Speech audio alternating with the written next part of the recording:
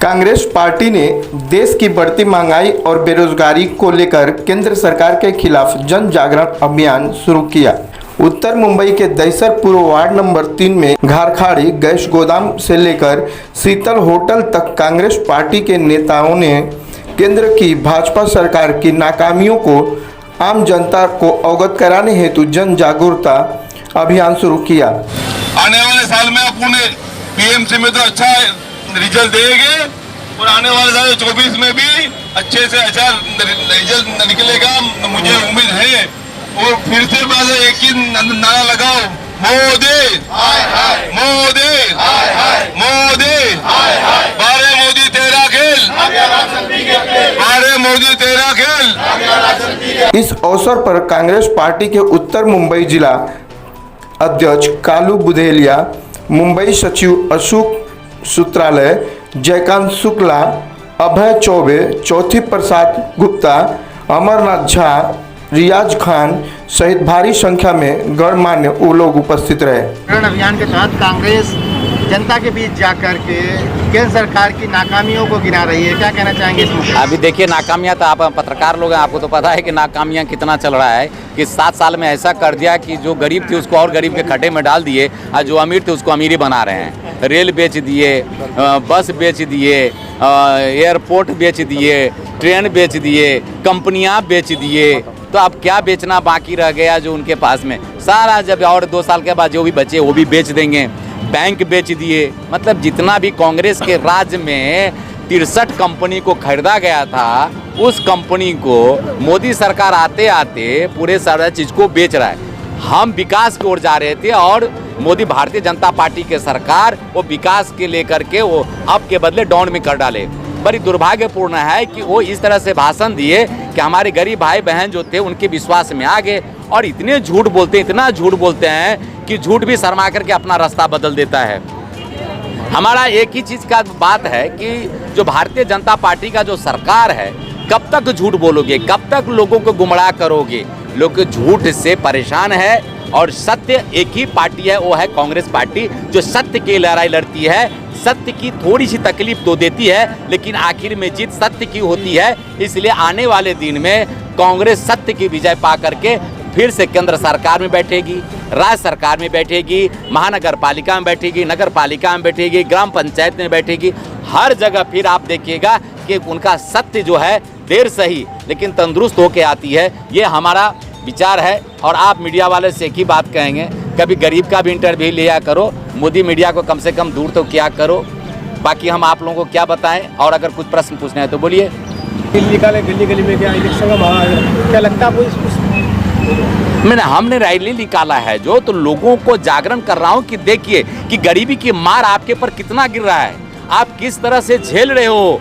उनको कोई ऐसा दिख रहा था तो हमारे बीच में कांग्रेस के नेताओं की कमियां नहीं हैं, लेकिन आज जनता को समझ में आ रहा है कि हमसे बहुत बड़ी गलती हो गई और उस गलती के सुधार आने वाले दिन में फिर से कांग्रेस के पक्ष में सारे वोट गिरेंगे और बहुमत से विजय प्राप्त करेंगे कांग्रेस पक्ष पार्टी। जागरण रैली जो निकाले हैं, किसान बिल केंद्र सरकार ने वापस लेने का फैसला किया है, क्या लग रहा है आपको आने वाले दिनों में कांग्रेस फिर से सत्ता में आएगी? जी ज़रूर आएगी, क्यों नहीं आएगी। किसानों के साथ में कांग्रेस सदैव रही है। ये सरकार क्या कर रही थी, जिस वक्त किसान रास्ते पे उतरा तो किसानों को कुचलने का काम किया, जबकि वो किसान शांतिपूर्ण आंदोलन कर रहे थे और कांग्रेस किसानों के हक की लड़ाई लड़ रही थी।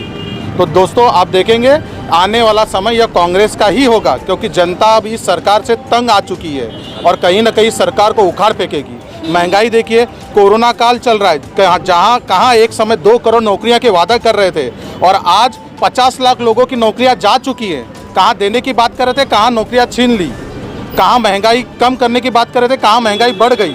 तो किस हिसाब से यह सरकार जीतेगी, भविष्य ही नज़र नहीं आ रहा है। जन जागरण अभियान से कांग्रेस को कितना फायदा हो रहा है? बहुत ज़्यादा फायदा हुआ।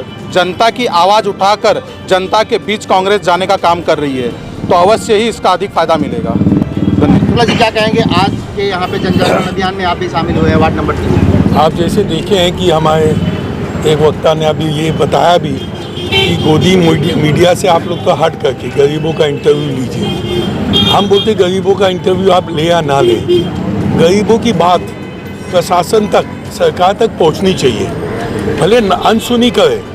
आप जैसे देखे हैं लखीमपुर की जो बात है, किसानों के नेताओं को रोन दिया गया, और किसने रोंदा? गृह राज्य मंत्री केंद्र सरकार के। अब उनका लड़का रोनता है तो उसके खिलाफ में केस दर्ज होने के लिए 7 दिन लगते हैं, उसको अरेस्ट करने के लिए भी और 2 दिन जाते हैं, वो लापता रहता है। और वो गृह राज्य मंत्री होते हुए, जैसे आप मुंबई या महाराष्ट्र में देख रहे हैं कि एक हमारे गृह मंत्री के ऊपर सिर्फ आरोप आया है, उसमें सिर्फ ये लिखा गया, आरोप में सिर्फ वो बोलते हैं कि सुनी सुनाई बातों पे मैंने आरोप किया था।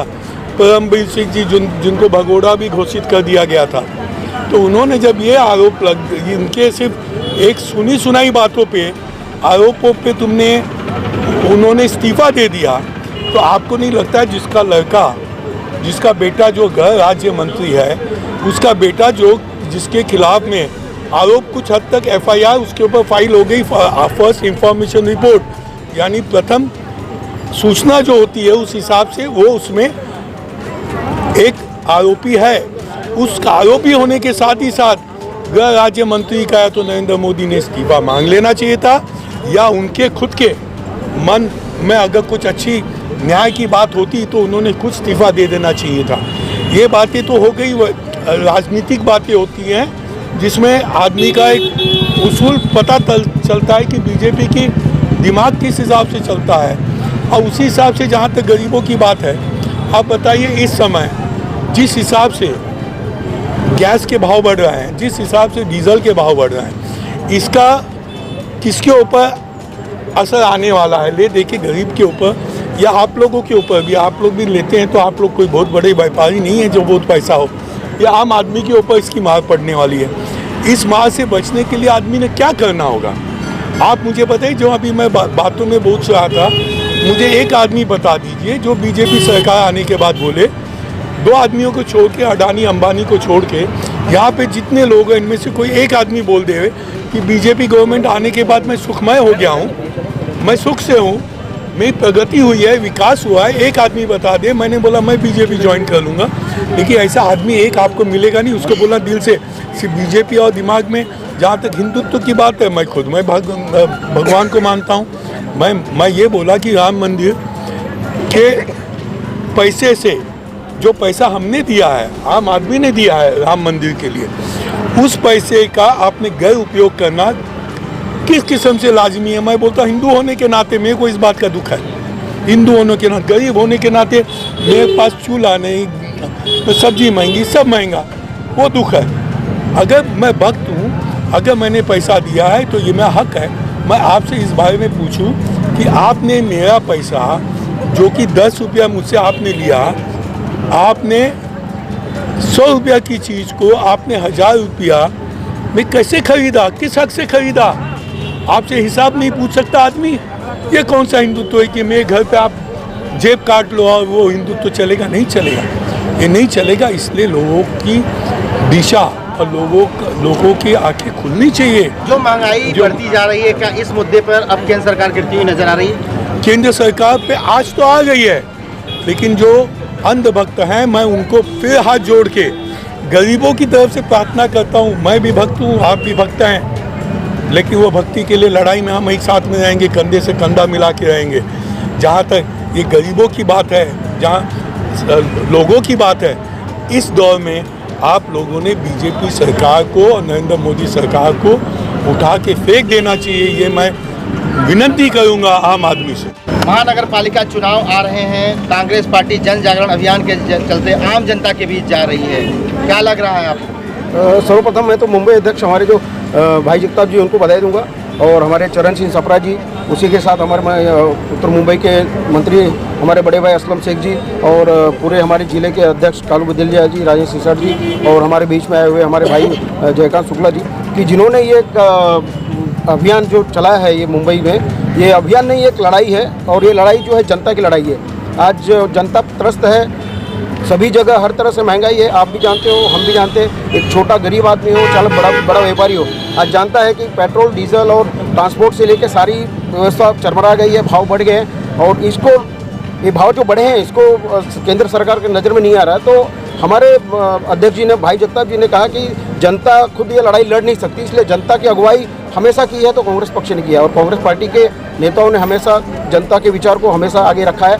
तो एक लड़ाई जो है जनता की लड़ाई है, जिसको लेकर हम लोग हर गली, हर शहर और कस्बे तक जा रहे हैं, और इसमें पक्का है कि यशस्वी होंगे। और जनता के दिमाग में ये बात आएगी कि सही में महंगाई है, और इस महंगाई का वजह क्या है, और पिछले 7 सालों में जो महंगाई आई है, इतनी महंगाई नहीं थी। तो कांग्रेस की सरकार और उससे तुलना में भारतीय जनता पार्टी या जो भी सरकारें हैं उनको रख कर तुलना करेगी, तो पक्का है कि इसका फ़ायदा कहीं न कहीं पार्टी और पार्टी के कार्यकर्ताओं और नेताओं को मिलेगा, और जिसका मैं अभिनंदन करता हूँ, स्वागत करता हूँ। बढ़िया है।